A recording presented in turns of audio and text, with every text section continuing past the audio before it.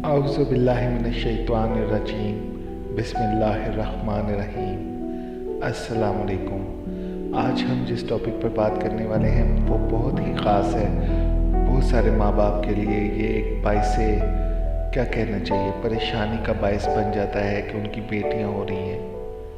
तो आज हम जानेंगे कि आखिर बेटी है क्या। हजूर फरमाते हैं एक औरत के लिए ये बहुत ही मुबारक है कि इसकी पहली औलाद लड़की हो। यहाँ पर तो इसका बिल्कुल उल्टा होता है। जिस बेचारी की पहले लड़की होती है उस पर दबाव डाला जाता है कि चाहे वो कमज़ोर हो या उसकी तबीयत ठीक ना भी हो, वो जल्द अज जल्द एक और बच्चे को जन्म दे ताकि वो लड़का हो और ख़ानदान में एक इत्मीनान की कैफियत पैदा हो।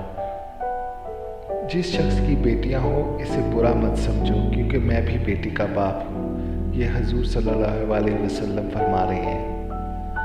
तो हमें उनसे सबक सीखना चाहिए। एक छोटी सी ज़िंदगी में आप कितने बेटे क्या करोगे उनका। बेटियां भी तो बेटा ही होती हैं, उनको पढ़ाएं लिखाएं। उनकी जब शादी होगी उनके आगे बच्चे होंगे तो आपको उनमें से भी बेटे मिल जाएंगे। तो अल्लाह ताला की रज़ा में खुश रहना सीखिए। जब कोई लड़की पैदा होती है तो अल्लाह ताला फरमाता है, ए लड़की तू ज़मीन पर उतर, मैं तेरे बाप की मदद करूँगा। आप इससे अंदाज़ा लगा सकते हैं कि जिसकी मदद खुदा ताला कर रहे हैं उसे किसी और मदद की क्या ज़रूरत, और वो इसलिए कि उसके घर लड़की पैदा हुई है।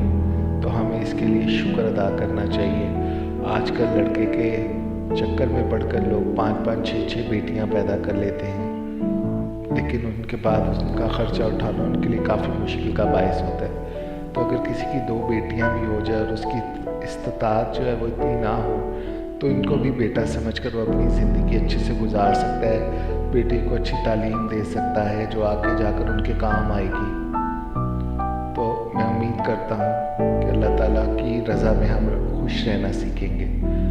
जब अल्लाह ताला खुश होता है तो ज़मीन पर बेटी पैदा करता है, तो अल्लाह ताला की खुशी कौन नहीं चाहेगा। अल्लाह ताला हमें अल्लाह ताला की खुशी में ही खुश रखे। आमीन या रब्बुल आलमीन।